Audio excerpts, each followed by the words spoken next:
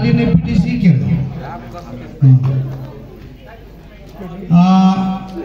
म के भन्न चाहन्छु भनेदेखि धेरै साथीहरू हिजो आएर धेरै चीज हेरिसक्नुभयो।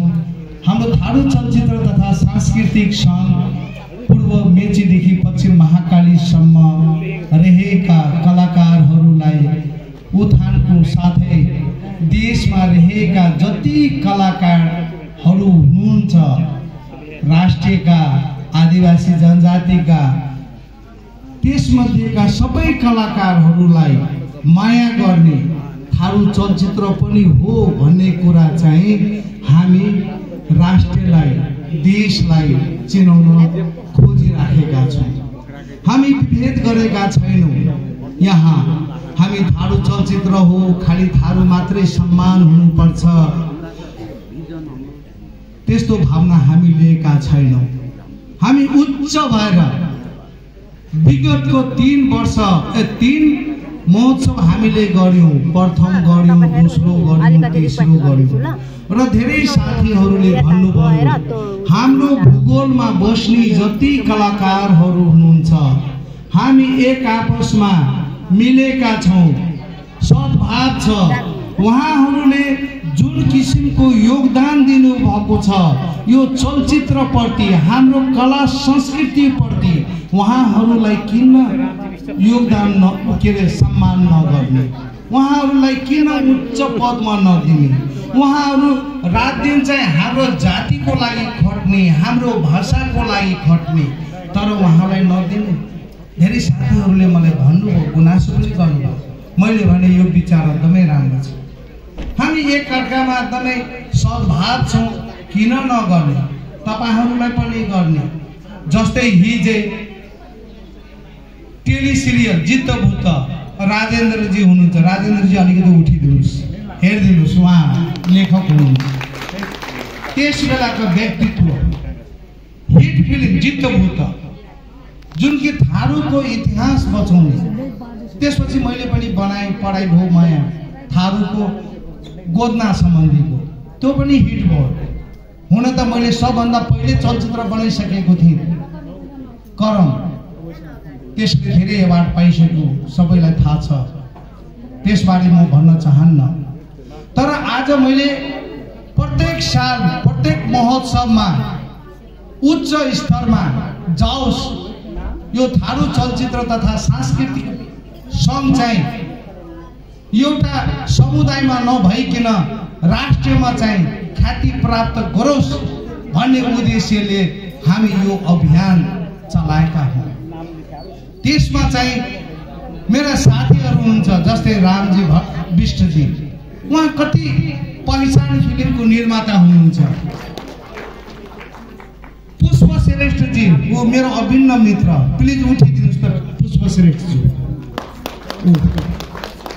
म किन नाम लिइराखेको छु भनेदेखि उहाँहरू यो क्षेत्रमा हाम्रो भाषाप्रति, त्यसै धेरै साथीहरू हुनुहुन्छ, मैले अँध्यारोमा अलिकति अनुहार देखिराखेको छुइनँ उताबाट, तर धेरै साथीहरू चाहिँ हाम्रो थारू जातिको कला संस्कृतिलाई उजागर गर्नुभएको छ, माया गर्नुभएको छ र उहाँहरूले जहिले पनि बनाउँदाखेरि हाम्रो कार्यक्रममा चाहिँ हृदयदेखि उपस्थित भइदिनु भएको छ।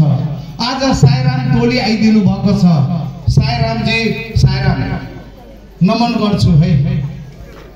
कति अस्ति पनि मलाई भन्नुभयो प्रोग्राम गर्नुहुन्छ, मेरो बुवा पनि साईराम, तर उहाँहरूले मलाई भन्नुभयो तपाईँको बुवा साईराम, हामी साईराम भक्ति, म पनि साईराम हुन्छु कि जस्तो लाग्छ। अब माछा मासु खाने मन लाग्न छोड्यो, ट्वाट पनि खान मन लाग्न छोड्यो, त्यति खाने मान्छे होइन।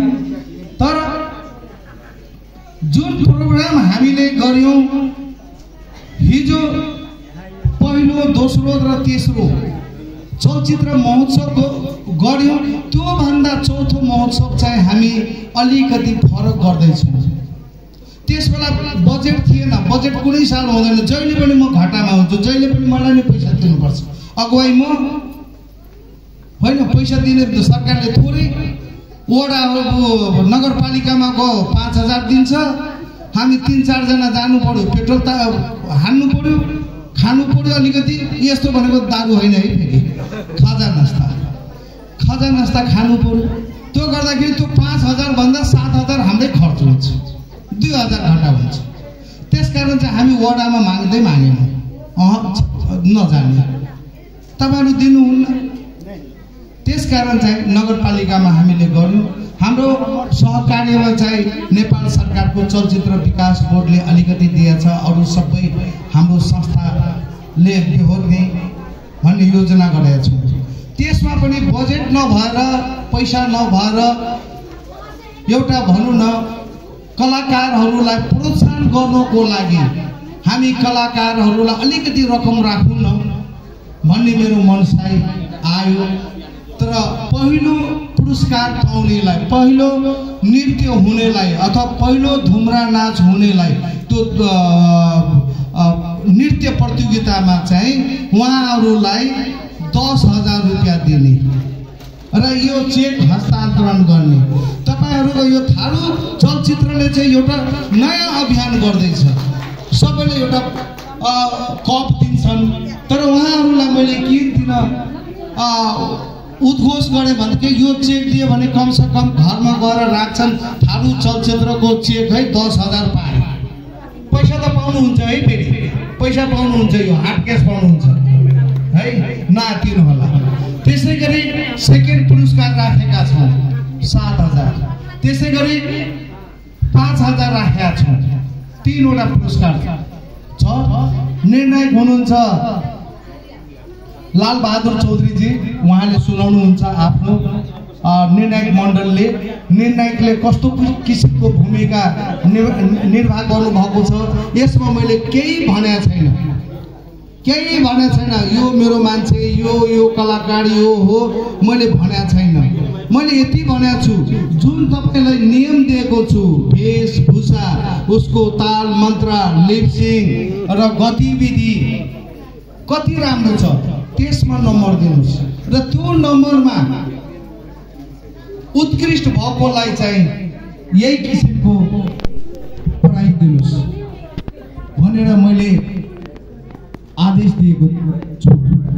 त्यसै गरी मैले झाँकीको कुरा गर्दाखेरि झाँकी धेरै राम्रो थियो, धेरै खुसी भएँ। तर अलिकति बजेट नभएको हुनाले जतिजना आइदिनु भएको छ उहाँहरूलाई हृदयदेखि म नमन गर्न चाहन्छु। यसपालि थोरै छ, तर अर्को पटक तपाईहरू साथ दिनुहोस्। तपाईहरू जतिजना हुनुहुन्छ कलाकारहरू हामीलाई साथ दिनुहोस्, हामी कलाकारलाई माया गरिदिनुहोस्। तपाईहरूलाई पनि हामी सम्मान गर्छौँ, तपाईहरूलाई पनि हामी इज्जत गर्छौँ, तपाईहरूलाई त्यही उचाइमा लग्छौँ। त्यसकारण तपाईहरू हामीसँगको नङ र मासुको सम्बन्ध छ। तपाईहरू आइदिनु भएन, झाँकी राम्रो देखाइदिनु भएन, कलाकारहरूले नृत्य राम्रो गरिदिनु भएन भने हामी प्रोग्राम गरेको पनि मतलब हुँदैन। म जहिले पनि भन्ने गर्छु, कलाकार देशको गहना मात्र होइन, गहना शब्द हटाउनुहोस्। कलाकार भनेको दिशा निर्देश हो, दिशा देखाउने निर्देश हो, श्रेष्ठता हो। तिनीहरूलाई इज्जत गर्न सक्नुपर्छ। उले आफ्नो श्रेष्ठताले संसारलाई रिझाउँछन्। जस्तै हामी चलचित्र कर्मीहरू, हाम्रो दिमागले, हाम्रो श्रेष्ठताले, हाम्रो कलमले लेख्छौँ, हजारौं करोडौं मान्छेको मन जित्छौँ।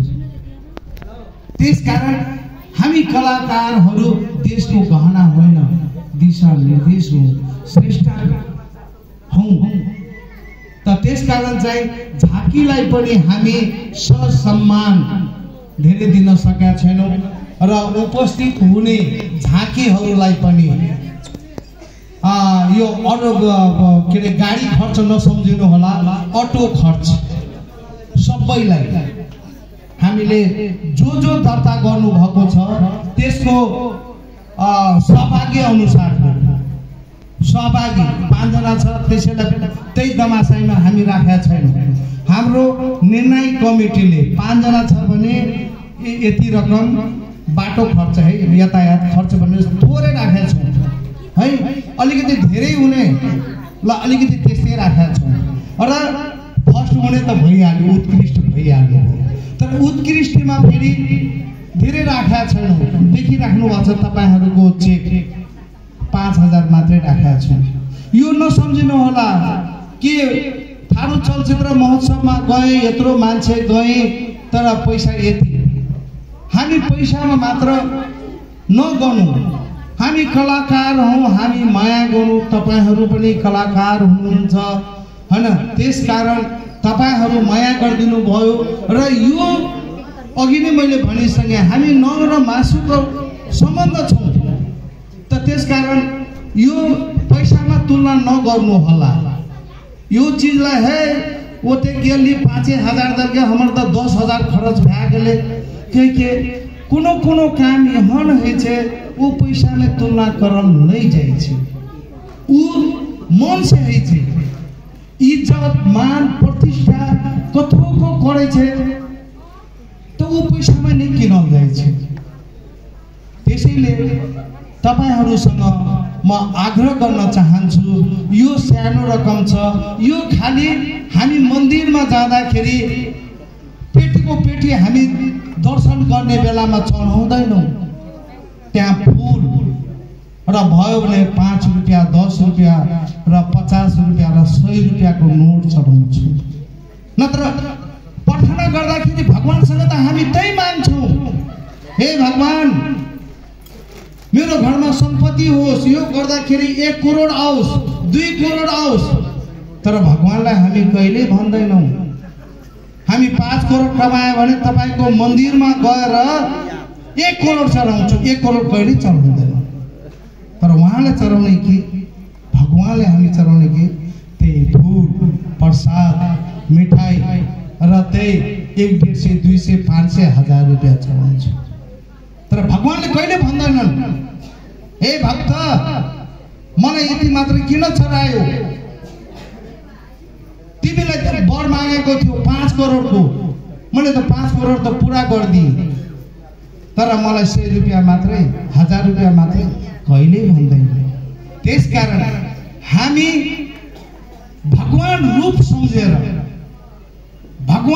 सम्झेर तपाईहरु त्यो सकारात्मक दृष्टिमा आउनुहोस्, सकारात्मक सोचमा आउनुहोस्। मनुष्यमा जहिले पनि घमण्ड अहम र अहंकार भयो भने हामी आफै पतन हुन्छौँ। त्यसकारण आज म के भन्न चाहन्छु भन्देखि सम्पूर्णमा तपाईहरु हाम्रो मार्गदर्शक हो, तपाईहरु हाम्रो कलाकारहरुको भगवान हुनुहुन्छ। म तपाईहरुलाई नमन गर्न चाहन्छु हात जोडेर। तपाईहरु पानी परिरहेको थियो तर पनि तपाईहरु आउनु भयो, किन? कलाकारले माया गरेर आउनु भएको छैन। त्यसकारण आज तपाईहरु जुन किसिमको उपस्थित हुनु भएको छ, माया गरिदिनु भएको छ, हाम्रो सम्पूर्ण कलाकारको टिमबाट तपाईहरुलाई म एकपल्ट फेरि अभिवादन गर्न चाहन्छु, नमन गर्न चाहन्छु। र आज हाम्रो कार्यक्रमलाई यो जुन पुरस्कारहरु छ आउने दिनमा पनि म भन्दैछु, अब यसपट्टिको पुरस्कार मात्रै गरौँ, यो अर्को सालमा तपाईहरुको सहभागी होस्, यो भन्दा अपडेट गर्ने र यो भन्दा राम्रो पनि गर्दै जाने। पहिलाको समयमा खुला मञ्चमा गराएको थियौं हैन, त्यसबेला पनि धेरै मानिसहरु आउनु भएको थियो। के रे दोस्रोमा काठमाडौँमा गराएको थियौं, त्यहाँ पनि धेरै थियो, तेस्रो गरे धेरै थियो, यसपालि पनि धेरै नै भए। तर यसपालि अलिकति नगद पुरस्कार पनि दिउँ, उत्साह होस् भनेर गरेको छु। यसलाई सहर्ष स्वीकार गर्नु होला र तपाईहरु भव्य र सभ्य बनाइदिनुहुन्छ भन्ने आशा पनि लिँदै म आफ्नो वक्तव्य यही टुङ्ग्याउँछु। जय सिनेमा।